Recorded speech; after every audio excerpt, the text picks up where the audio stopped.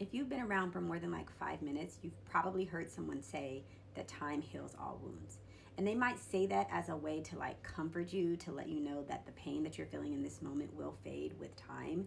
It implies that healing is passive, but it can unintentionally or sometimes intentionally absolve other people of any responsibility or accountability to make repairs. And it can invalidate your pain and communicate like you need to just move on and get over it. Another saying that it's been floating around recently is we shouldn't speak ill of the dead. And yeah, I kind of get that. And when we say we should not speak ill of the dead, there's this implication that death erases the harm that somebody may have caused while they were living. Because sometimes people pass away while there is disconnection, estrangement, where there is some unresolved issues. And this assumption that we don't speak ill of the dead suggests that when somebody dies, that the harm that they caused dies along with them.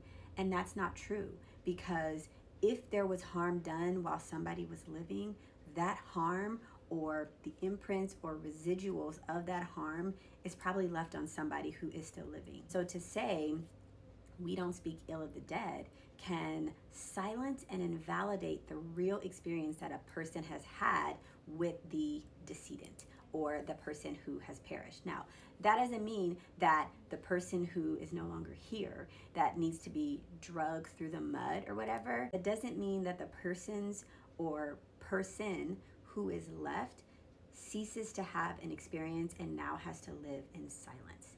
Grief is already very complex and very layered. There can be sadness over the actual loss of the person, and grief of the life that will never be experienced with that person because they're not here. There could be anger that the person is not here to right their wrongs or make a repair, offer an apology. There could be relief that now there is a finality to that relationship, even if there's not closure, is unresolved.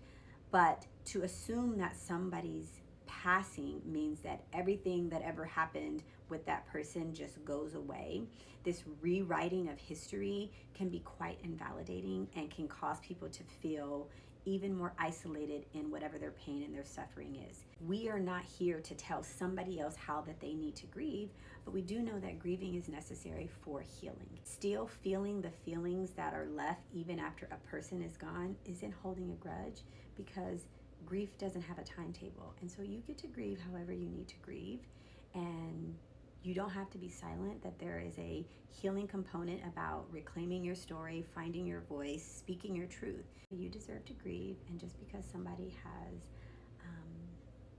taken their last breath doesn't mean that they took your pain with them.